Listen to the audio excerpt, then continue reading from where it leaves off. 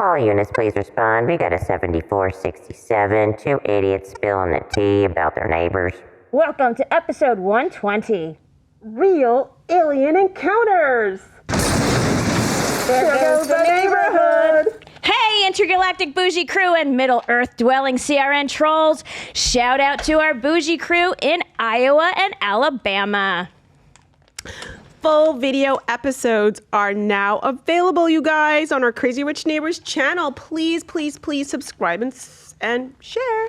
Brace yourselves, bougie crew, for an extraterrestrial journey like no other. We're taking a detour from our beachside gossip to dive into the mysterious world of UFOs. Our guest today is Martin Keller, a former pop culture journalist and the author of The Space Pen Club, a timely and true first-hand account about close encounters and public UFO UAP disclosure. So, Martin, thank you so much for agreeing to take us on this mind-bending voyage into the unknown. So tell us what inspired you to delve into the enigmatic world of UFOs and unearthly origins.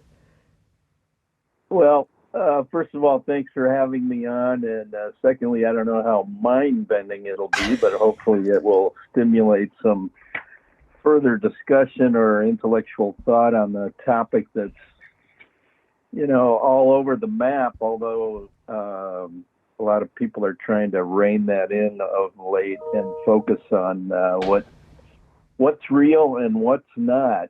How did I get into this? Well, I'm, as a kid, I was a space nerd. I wrote to NASA for information on the early space programs, Mercury, Gemini, and Apollo, and I got piles of mail back from them with autographed pictures of the astronauts in all those programs and a bunch of background materials on each of those three historic space exploration programs. So I've always been interested in it. Then I also used to read the UFO trade press, UFO magazine, I think it was what it was called. I think it's still around. Excuse me. But I also had a sighting in high school with three other friends out in western North Dakota, where I grew up, one very, very cold night. What happened? During a high school basketball game. Well, there's been a bunch of sightings reported in the media that week, all across that part of the state. Newspaper, radio, TV, people seeing strange lights in the sky. And what we saw, and it was witnessed by three buddies, which I think is important because, you can often mistaken something when you're on your own and your mind gets the best of you. And true. We saw a whitish oval-shaped object hovering about a quarter of a mile away from our high school, which at that time was on the edge of town. I grew up in a little town of about 9,000 called Dickinson, North Dakota, pretty close to the Montana line and about 25 miles from the Badlands, and Theodore Roosevelt National Park. If anyone's been out there, it's a beautiful park. Anyway, this object hovered for as long as we stood out there without our coats when it was 20 below. Oh. And one of my friends said, "Hey, we should go over there and get a closer look." And I think I was the guy that poo-pooed it. You were scared. The voice of reason. Yes. Yeah, well, it was cold out there, and we'd left our coats in the bleachers, and it was a good varsity basketball game. Were you not scared? Exactly. What's that? Were you not scared? No, listen, I've been interested in this subject for a long time, and he attracted that into his realm. I once I went off to college, I didn't really think about this subject for maybe 15 or 20 years. And then in the early 90s, some strange stuff started to happen in my house. Like what? Because we have strange things happening in our houses. Well, you better get that fixed. Uh-oh. Uh-oh. Tell us more. Well, I was having really lucid dreams, and some of them were repetitive, and I would wake up at 4 a.m. with the lights were on in the house that we had turned out previously. This went on for quite some time. And one particular night, aside from the lights being on, there was also a very strange sound in the house, like the sounds of cats running. It was very disturbing. Ghosts. But I was Right. never awake long enough to get up and really investigate what was happening. But do you attribute that to UFO activity or paranormal activity? Well, that's a great question because the two are awfully confused or conflated. And a large part of my book, The Space Pen Club, actually one of the major narratives is trying to figure out if some of the stuff that I have experienced in my life, is it extraterrestrial in nature or is it some sort of paranormal, hoodoo, voodoo? And I think it was Lou Elizondo who headed up the secret Pentagon study. He made an interesting comment about a year ago that I saw, and he says, well, things are only paranormal until they can be explained away, and then they become normal. And I think a lot of people lump the whole UFO, UAP, ET discussion into the paranormal basket because it's convenient, number one, and number two, it's, it doesn't, there's no call to action in that. There's no incentive for people to try to learn more. And that's why, one reason I think there's so much garbage about this subject in the world, especially on the internet. So, Well, is there any myths you want to debunk about the UFO, UAP phenomena? Maybe as we discuss more, I guess the next part of my answer to your question is, how did I get involved? Well, simultaneously, while all this stuff was going on in my house, and I think it was 1991, a few months into that, I got a call from a friend who said, hey, you got to meet this medical doctor who's doing some cutting edge research in the UFO world. And, like I said, I hadn't really been interested in that topic for a long time once I left high school. And he's looking for someone to write about what he's doing. He's got an initiative called Close Encounters of the Fifth Kind. That's human-initiated contact with these objects or occupants, the visitors, whatever you want to call them. Quick in question. the book, I call them the boys upstairs. How do we initiate contact with a UFO or UAP? Well, I'll tell you about that. This is Dr. Stephen Greer, who founded the Center for the Study of Extraterrestrial Intelligence, otherwise known as CSETI, CSETI. And Greer had devised a very interesting program. He still refers to it today, some 30 years later, as an experiment, and I think that's really what it is, or what it was.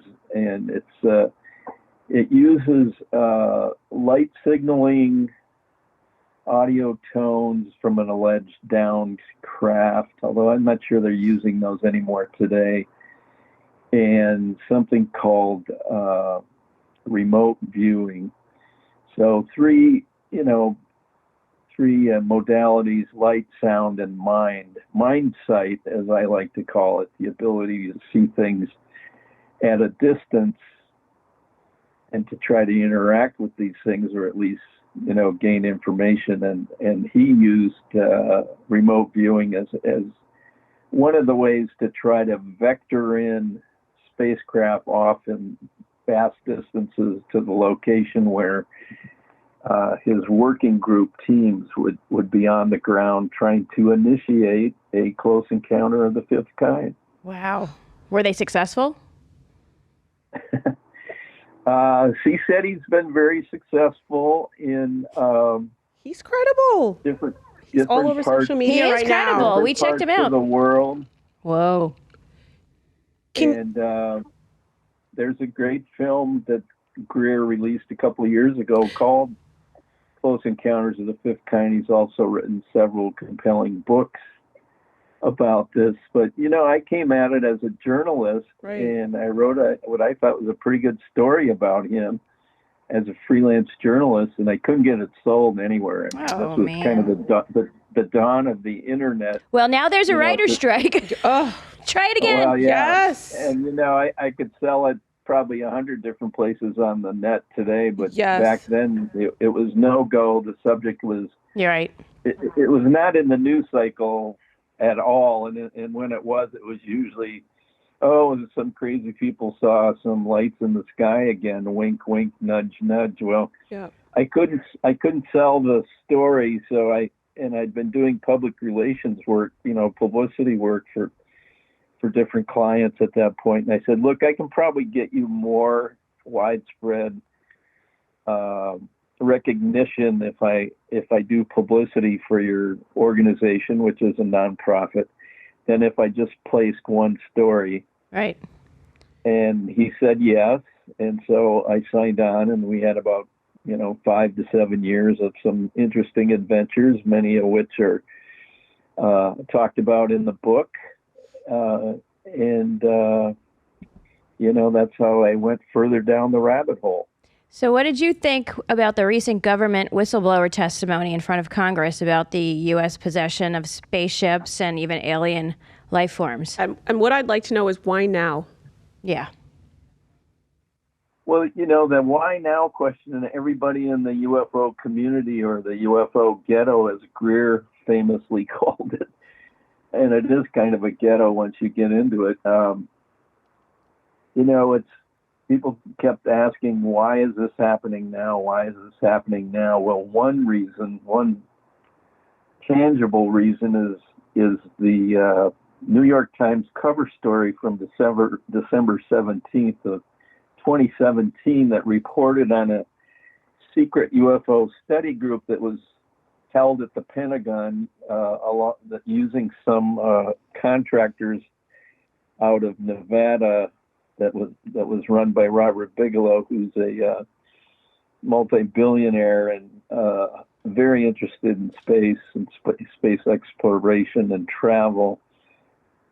And the story kind of blew the lid off of everything.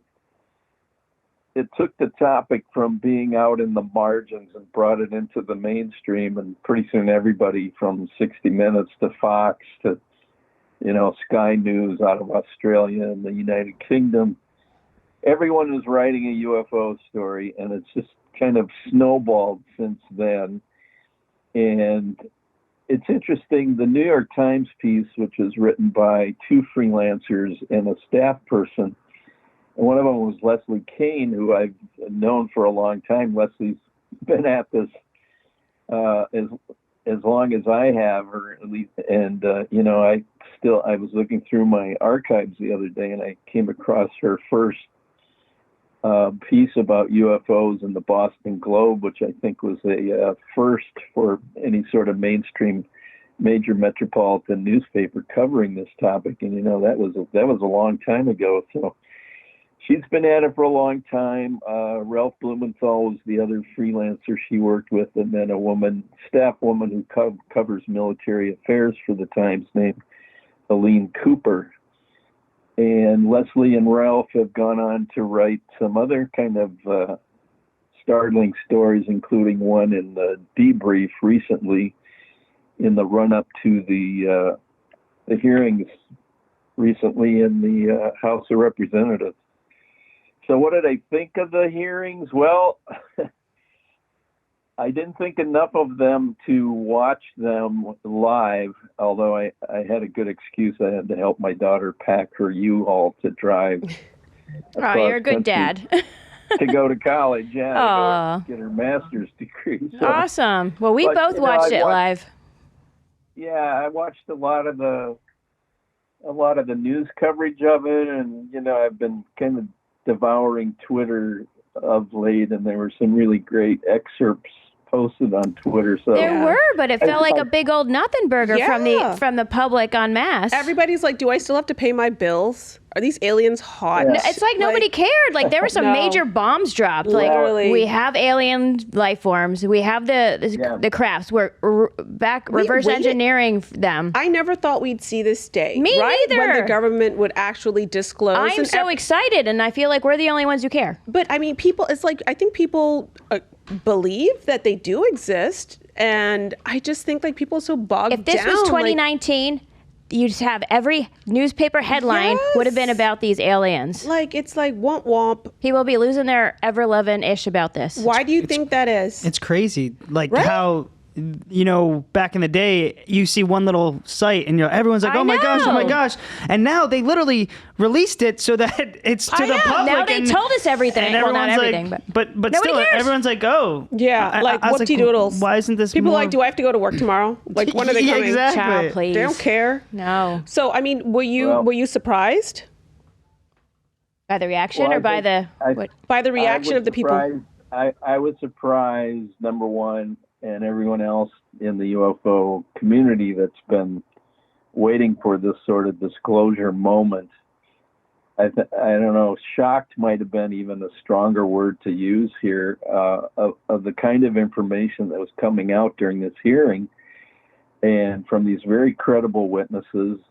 And, there's more to come. The Senate's going to have another hearing similar to this one after the recess, the August recess. But yeah, to your other point, nobody does seem to care. I actually wrote a blog about that not too long ago, right after another mass shooting in the country, and I said, there's so many problems here on Earth and just in the United States of America alone. Should anyone even give a rip about this anymore? I mean, people have vested their time and resources in this.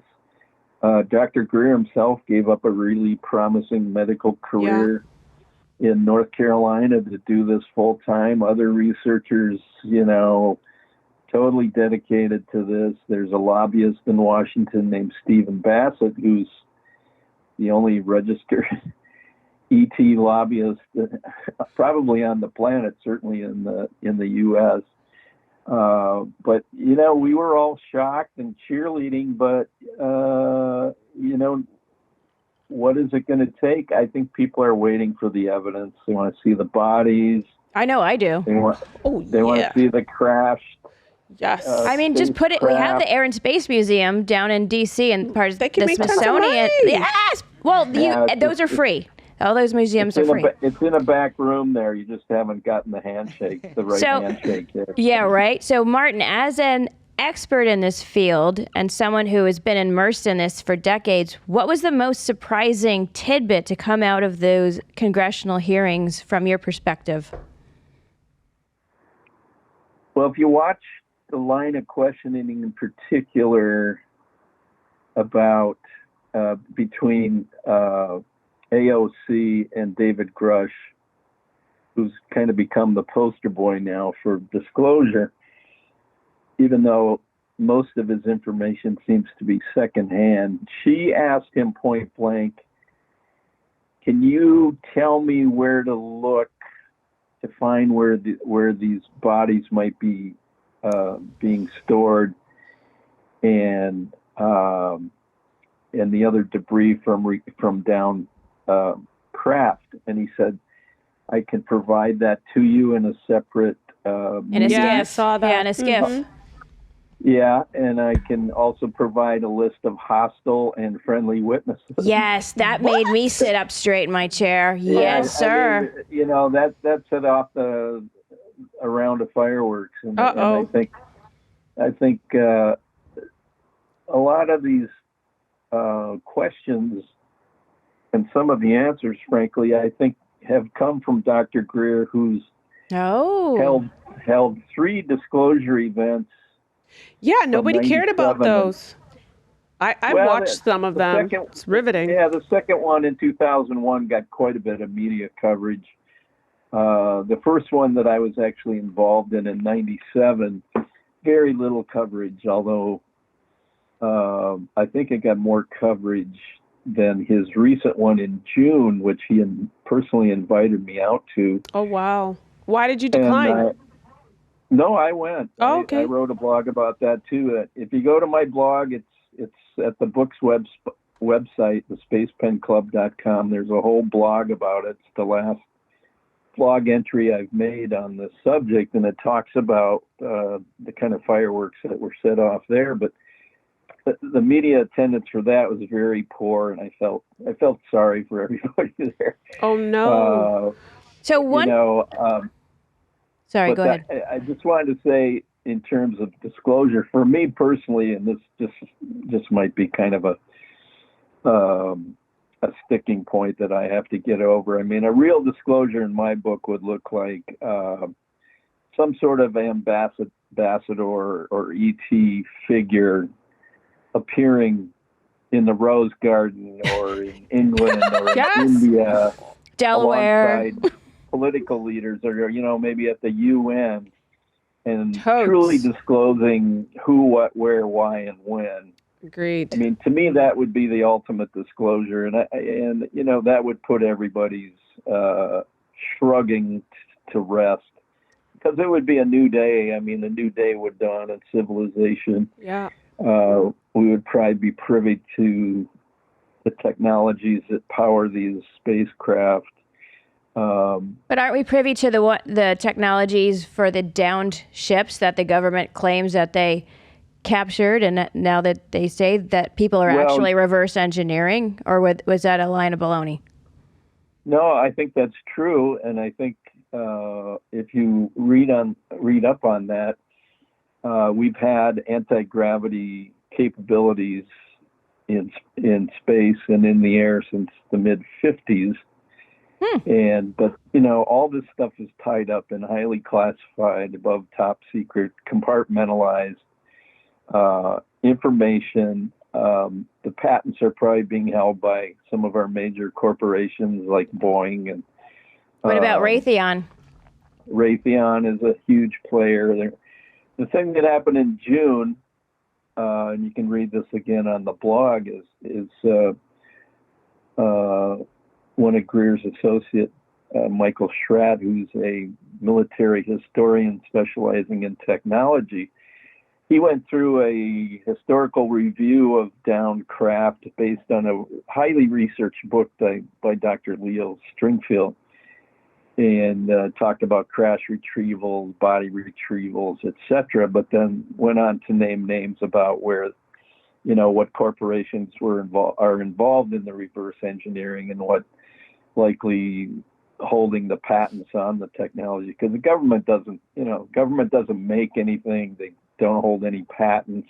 They sure spend money. So, well, yeah, they spend a lot of money, and they spend a lot of money with these contractors, trillions of dollars. And not to sound like Steve Greer's mini-me, but I think his analysis of this is pretty accurate, that these things are not, this organization that runs and feeds these corporations this technology and all this information. They have no constitutional oversight. Therefore, they're illegal operations, and they should be held accountable. And this technology should be made available to the public yesterday. Totally. Should we be afraid of what's to come? What do you think's to come? Oh, geez. And should we be scared? I'm already scared. We ain't scared, girl. We're trying to get abducted together. That's content. Yes, honey. We'll be okay. Broadcasting from space. I don't think we have much to fear from the aliens, although the public discussion seems pretty divided, like, oh, these are a threat to national security. Well, I don't think that's true. It's not borne out by the facts. We have a lot of big cases. In fact, I do a deep dive on one of them in Minot, North Dakota, about 100 miles from where I grew up at the Air Force Base there, that in 1968 had a major incursion of a huge object that shut down the nuclear missile. I read that on your later. blog. Oh my God. Yeah. If and they this, wanted to hurt us, I think they have the capacity to Yes, do but so. one of those people testified that aliens have hurt and even killed The probing humans. and humans hurt humans They too. testified under oath that happened. Yeah, I could believe it. But if they want to mass destruct, they probably could. They could easily do that. Well, If they can fly yeah. around and, they could easily take us out. What's funny about this Minot, the guy that did this Minot research, I know him pretty well. He's a researcher based here in the Twin Cities, Tom Talene. Tom's, like everybody else, has been long suffering on the subject too. And the more he researched, the more he came to the conclusion, all this stuff is really ours, including these huge objects that are messing with nuclear bases. He goes, and that blew my mind. I said, Tom, that's harder to believe than the whole ET, UFO, UAP thing in general. He goes, yeah. He said, he says, I think that's the reality. This Michael Schratt that I just mentioned, he during the June conference in Washington, he said 90% of all the objects that are seen these days are mostly man-made. They're industrial and produced by Raytheon. And a lot of people believe that Project Blue Beam, which they believe is controlled by the government, is responsible for all of these sightings and projections of things in the sky. What are your thoughts on Project Blue Beam? 90%, and he said the other 10% are not. They are the real deal from who knows where. Okay. And he said it's easy to tell which ones are ours and which ones are theirs because ours have visible wires and industrial bolts and nuts and bolts type. But you'd have to get pretty close, though, wouldn't you, to have to pick up on the bolts and wires? Like if you see it in the air, we might not be able to pick up on that with the human eye. That's true. It's just like the landing on the moon. Now that we look back on it, it looks like aluminum foil. And we didn't even have a cell phone. So how did they call from the moon? And who was shooting that footage? And we left them, and they had what do you call that? The director's cut thing? The slate. And the slate, and everything looked like aluminum foil and cardboard. It does make you wonder. No, I'm not going to talk about the. Why? Because would you be in danger? Oh, are we in danger? Would we be in danger? Edit, Benny. No, I know the moon landings fake are real and took place. But what? Go America! I'll tell you a funny story about what the astronaut said. We didn't go. That's what he said. Maybe he's old. What's the one? I don't know. I can't even remember his name. You bring the receipts, Boo. Then we'll look at the receipts. Bring it. Yeah. He said it didn't happen. And when a kid asked him how come we haven't been able to go back, he was just like, because we never went. And was he one that was purported to have gone? Yeah. What was the main one? The main one. We are going back. The Chinese are up there, although of course they are. They're everywhere. The last mission failed, but I met Dr. Ed Mitchell, the sixth man to walk on the moon. I heard a lot of Ed stories over the years because he ended up working with Dr. Greer in the 90s until they had a falling out. Uh-oh. And I also met another astronaut. His name is escaping me. Buzz Aldrin. Yeah, colorful guy. That colorful guy. And I met him I was doing publicity for the Starkey Hearing Foundation, which it's a big hearing aid manufacturer based here that travels around the world through their foundation, gives hearing aids to kids and adults around the world that can't afford them. So they have a fundraising event every year, and they invite a bunch of famous people that they've basically just given free hearing aids to. And these guys come out and they talk about what a great deal Starkey is. Well, one year Buzz Aldrin was the guy, and I was doing publicity for that event, and there was a little cocktail hour beforehand, and he was sitting by himself. And that week, Lieutenant Colonel Philip Corso's book, The Day After Roswell, had just come out. And Corso's whole thing is is that yes, these objects crashed. Yes, we have the technology. It was spoon-fed back into the private enterprise world, and they held the patents, and they developed all these things as a result, including reverse engineered craft and Kevlar vest clothing, some fiber optic technology. There's a pretty good list. And I asked him about, I went up to him and I introduced myself. I said, yeah, I'm working on this and doing the publicity for this. I said, I don't know if you're aware, but this military, highly decorated World War II military guy named Philip Corso just published a book saying,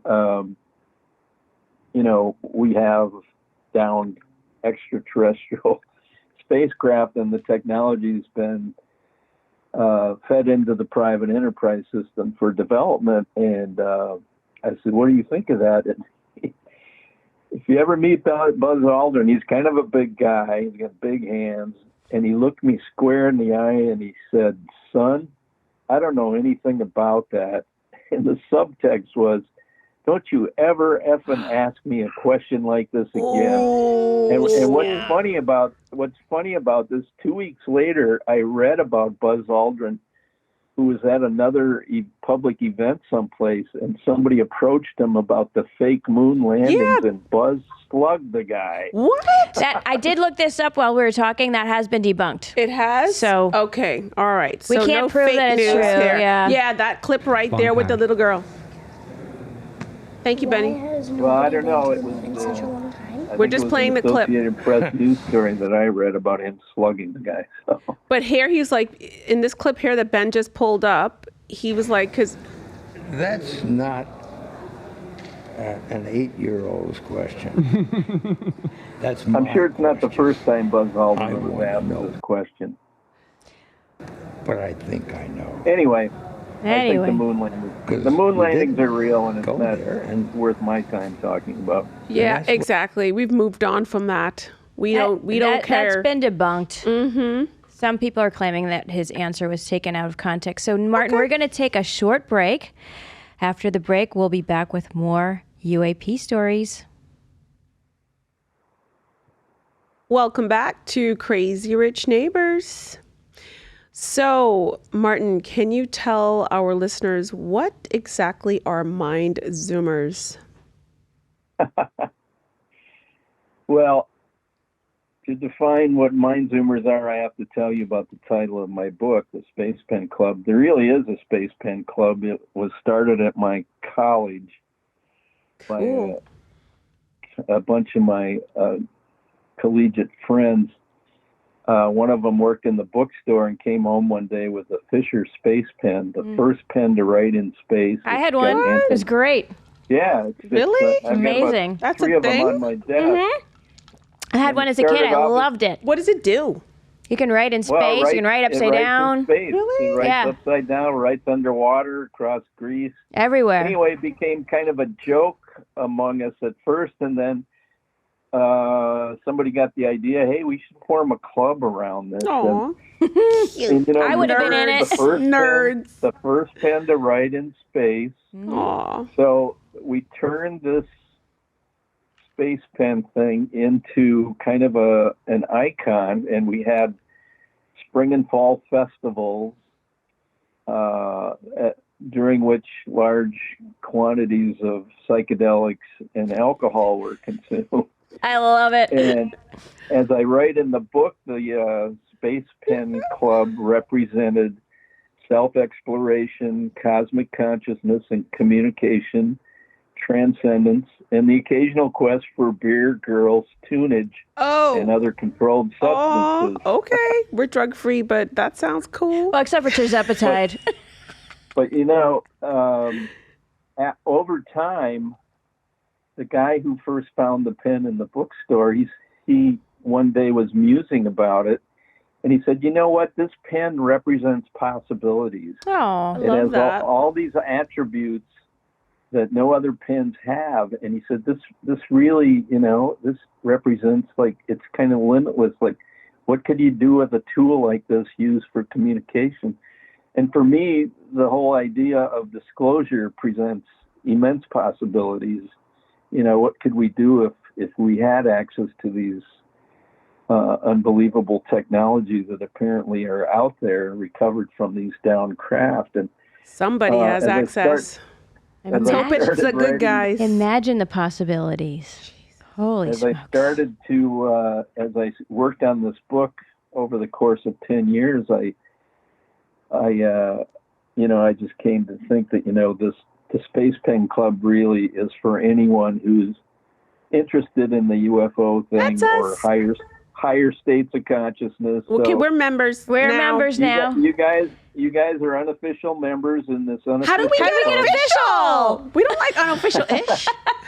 We want to be legit, baby. No official. You can join. I have a Facebook group on Facebook. Okay. All right. Okay. All right, We'll we in, follow. boo. Okay. So look for the invite. Let us in. Okay. Okay. You can join that. I only turn away spammers trying to sell me. No, we're legit. No, We are no. so into. I used to sit on my bed as a kid and look out my window, looking at the stars and looking for UFOs ever since I saw E.T. Well, you are definitely in the club, darling. Thank you, Martin. I'm so psyched. Okay. Look out for the CRM podcast. Like Coming in hot to the coming group. in hot, honey. How did you get Dan Aykroyd to write a review of your book? That's another good question, and and I just wanted to say before I answer that is there's a lot of discussions at the Space Pen Club group page and on Facebook, and you can contribute stories you've seen. There's been a lot of news stories I've been posting in there recently. Cool. I haven't really blogged yet about the UFO hearings, and I have an idea that I haven't seen written about anywhere yet. I might do that in the next week, but I've been kind of letting it sit. Riveting. Anyway, Mr. Aykroyd, he very generously wrote a huge endorsement for the book. Awesome. And he and I mean, Dan Aykroyd probably has been into this as long as I have. He's, I think, only a year or two older than I am. And he's also a huge blues fan, as am I, Yes. R&B fan. And we have a mutual friend who managed a band here called the Lamont Cranston Band. And these guys were very hot in the 80s. In fact, when the Blues Brothers formed, Aykroyd and Belushi formed the Blues Brothers, they asked the Cranstons if they would be their backup band because they were going to go on tour, and the Cranstons foolishly said no. Oh my God! What the fish up? Regretful mistake on their part, I think. Big mistake. So anyway, Huge. I knew Aykroyd was interested in the subject. In fact, I had approached him a few times when I was Greer's publicist to try to get him involved or to donate money to it. And I got some funny letters back from him. Oh, cute. One of them said, I'm just a celebrity. I can't really bring anything to the table, but I'm fascinated and I wish you good luck. And then he signed it. Be careful. Oh, shoot. Yeah, literally. Oh my gosh. So through the Cranston manager, God bless him, I sent a request to Dan's secretary or assistant, I guess, and said I'd like to send him the book. This was still when it was just in the final draft. I didn't even have a publisher for it yet. And, Wow. And a couple months, I thought, well, this is a shot into the cosmos. And about 3 months later, I got a email from his assistant and this lovely endorsement from him. Oh my That's amazing. gosh. That's so inspirational. I love that. Along with the draft of the manuscript, I'd sent a previous memoir I had written because I'd covered pop culture before I got into public relations work. I covered pop culture for 10 years. Here in the Twin Cities, and I interviewed people you might have heard of, like Bob Dylan and Wow. Prince. Oh, Prince. We Louis love Prince. Anderson. Okay, we need to have you back on. Holy We love pop yes, culture. Can you come back and talk about your pop culture experiences? Yeah, I wrote a whole book about it, which you can get at Amazon. It's called Hijinks and Hearsay. We love Cute. hijinks. We do. So we'll have you on for part 2.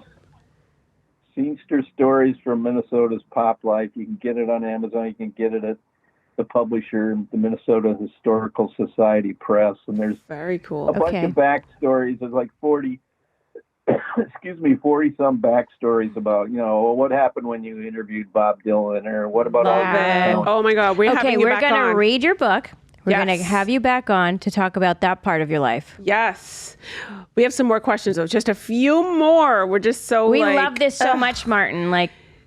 So, galactic origins, okay? A topic that raises eyebrows and curiosity, okay? Can you shed any light on individuals who claim to have extraterrestrial connections or past life origins that they can recall that are extraterrestrial in nature?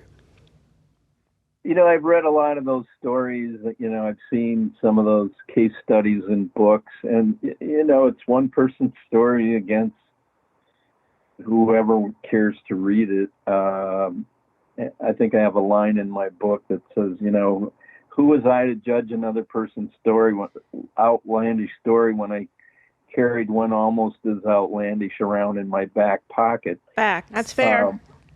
Yeah, I mean, I don't know.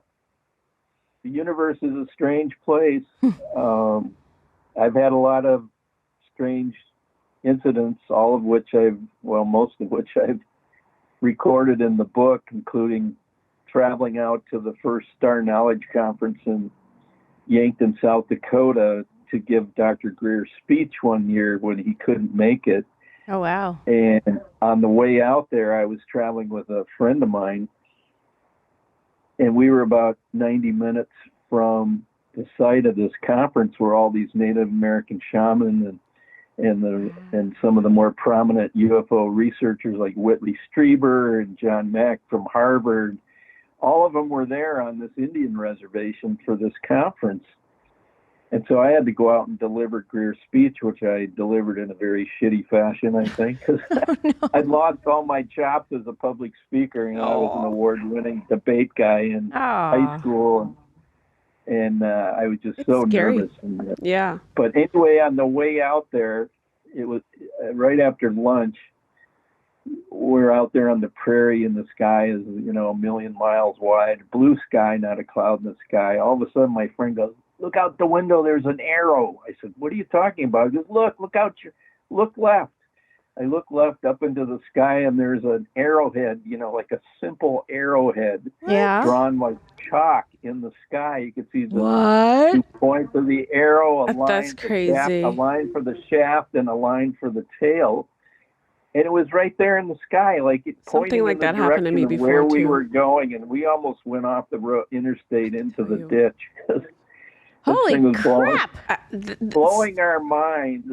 Something happened like that to me also too. I grew up in the Bahamas, and my younger sister and I were outside, and in the sky there was this massive, it looked like we could reach out and touch it. It was I kid you not, because this is our symbol.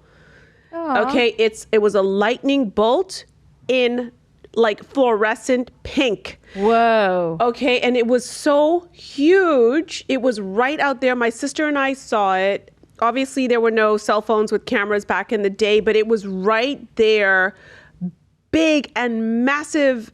And we were like, what is this? It was not just me, right? I had my youngest sister saw it too. You've met my sister. She can also corroborate this story. Do you know what that meant? You know what that was signifying? But this is our symbol, which you That's picked, what I'm saying. and I never mentioned that to you. I'm telling you, it was a sign to do a podcast with your neighbor. I know, Boo. It's crazy. And it's our color. That's wild, me. I can't believe you never told me that. I know. Holy But this just jarred the memory, and I always wish that I had a camera to capture it. Snap. But my sister and I both saw it. We had 3 cameras in the car, and we were so freaked we didn't, think to point it out the window with any one of those 3 cameras. But listen, once we got to the site on the second day of this conference, there's a whole chapter about this, by the way, in the book. and it's a pretty fun read, actually. The second day of this event, the Star Knowledge Conference, my friend came in from outside. It was held at a local high school, and he came in from outside. He goes, "You got to come out here and see this." There was a group of people in a circle on the ground drumming and chanting. An overhead circle in the same sort of design as the arrow that we had seen Unbelievable. appeared over them. So I'm trying to get out there, and by now the word's spreading through the hallways. Like, you got to, there's a weird phenomena going on outside. So everybody's trying to cram through these little narrow high school doors, and I could not get out there in time. By the time I got out there, the circle in the sky had disappeared, although the circle on the ground was still there, and people were oohing and aahing. And it was a pretty heavy event. That's amazing. So what are your thoughts on the Galactic Federation? There are people who have claimed to have made contact, and they said that governments around the world are a part of the Galactic Federation. And I don't know, have you heard about it? Is this the best they got then? I'm not impressed. But it's a term I heard early on when I entered Dr. Stephen Greer's orbit back in the early 90s. It's a term I've heard over and over again ever since then. And, Dan Sheehan, the attorney who's been involved in litigating Iran-Contra, the Karen Silkwood case, Pentagon Papers. Well, Dan Sheehan is has a lifelong interest in this subject as well, and wrote a white paper for Jimmy Carter about it when Carter was elected president, because, Carter had a pretty dramatic sighting himself, and Carter wanted to get to the bottom of this. And so Sheehan did all the research he could. He also tried to go to the Vatican because his full-time job at that point in Washington was he was the legal counsel for the Jesuits. So he would go to Rome a lot on official business. And he would always ask about this. He'd heard rumors about an alleged massive archive that the Vatican has. And they have all the good shit. Yep. Well, I think they have quite a bit. And he would make inquiries to different priests and professionals that work at the Vatican who he thought were aware of this secret archive in their libraries. And one guy just told him point blank, "Yes, we have it. No, you will never be allowed into it." But Danny Sheehan, who was at Stephen Greer's thing in June, there's a nice blog post about it, and it's an incredible picture of Sheehan at lunch one day during a break in the conference, holding a small little booklet of the U.S. Constitution and the Declaration of Independence, which he carries around with him. God bless him. Oh, bless. He's such a wonderful human being, and I started seeing a lot of pictures of him now on Twitter from attending this conference last week. Was it last week, or is it 2 weeks ago now? It's anyway. Dan Sheehan will freely talk about the Galactic Federation without a wink or a smile. They said I'm more cynical than that. I have a hard do. time getting the phrase out of my mouth. They're a part. But I hope it's out there. I hope at some point we get admitted to it. But the way humans behave on Earth, I have my doubts. Yeah. Yes, Martin, I agree with you. And I think on that note, we should probably wrap up. But I think we need to have a continuation of this at some point. Absolutely. And definitely the pop culture episode is coming For sure. with Martin. Coming in hot. So, Martin, tell our Bougie crew, who is our community of listeners, where they can follow you, your blog, your writings, how they can get your book. Easiest way to get my book is to go to the spacepenclub.com. There's a couple of big links to Amazon. Just jump on there and order it. You can have it tomorrow. You can also just order it yourself on Amazon. So that's the spacepenclub.com, and that's where I am actively writing my blog, although I'm a little tardy for this next entry. But there's a series of blogs going back a couple years now. Some of those are pretty interesting. Some of them will answer a lot of the type of questions you asked today. And then the Facebook group page, the Space Pen Club, We need to join that on group. Facebook. Come on in, join the We're coming. discussion. Coming in hot.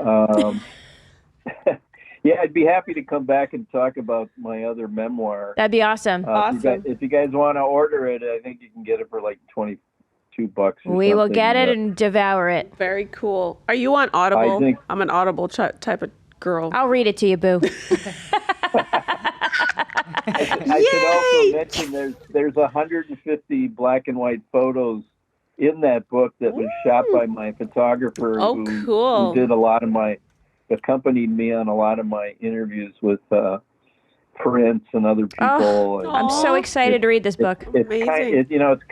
it's said kind of Prince. good journalism and good fangirl stuff. Okay, we're down. major That's totally our fangirls. vibe. Thank you, Martin. Have a wonderful weekend, and we'll be in touch. Hey, you too, and welcome to the club. We're so excited to be part of it. Nanu. Shazbot. Bye, Martin. Thank you so much. Hey, thanks again. Have a good weekend. Bye-bye. You too. Bye. Lord have mercy.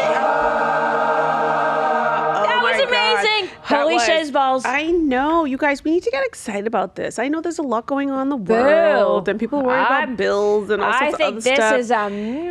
It is. I've been waiting for disclosure for so long. Me too, Okay, girl. because child, I know it's all But real. y'all, you can find that congressional hearing on YouTube.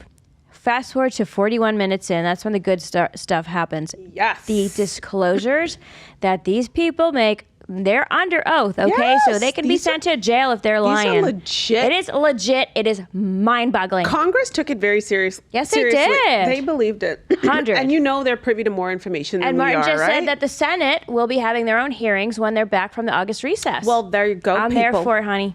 So you guys, Miss Cleo 2.0 and Miss Wacky Stallone 2.0 are not here, but we have to tell you something because this episode is dropping on 8/8, okay? Yes, hunty. Which is the Lionsgate portal, and it is a super powerful manifestation period, okay? It happens every year, and, astrologers consider this an opportune day for manifestation or concentrating on what you want to make your reality, okay? Seize the day, y'all. Yes. So according to the Today Show, the Lionsgate portal marks the alignment of the sun in Leo, the star Sirius, the brightest star in the night sky, the constellation Orion's belt, and Earth. And so within astrology, the fixed star Sirius is said to have expansive qualities of the planet Jupiter and the drive to get those things done of the planet Mars, hence the day of manifesting. And within numerology, the number 8 is very significant. It means wealth, luck, good vibe, okay? Plus, when turned sideways, 8 represents the sign of the infinity symbol, okay? And it represents abundance, okay? So you guys, this is just a friendly little reminder to set your intentions, pray, meditate, believe, and think positive thoughts. This is a very powerful day. What do you have to lose? As the great philosopher Kim Zolciak Bierman says, ask, believe, receive. Yes, honey, yes. So my Bougie Bible pick today is Gaia, and it's an on-demand streaming app that's on the cable channel, and they produce dozens and dozens and dozens of exclusive content that you will not find on mainstream media, okay? About the nature of the universe, ancient wisdom, extraterrestrials, the unexplained, and alternative healing, okay? Their membership costs about $11.99 per month or $19.99 annually, and it includes a 7-day free trial. And they also have an awesome app where you can get lessons on different yoga styles from Hatha to Kundalini, guided meditations, breath work, and other fitness classes like Qigong, and Pilates, and coordinated movement for meditation and more. So check them out. Good GAIA. stuff. You always find these really special little gems. Anywho, my Bougie Bible pick is Aroma's 5-alpha juniper scalp purifying liquid shampoo. It is a little wonder product that you use on dry hair. Okay. bottle. Cute little bottle.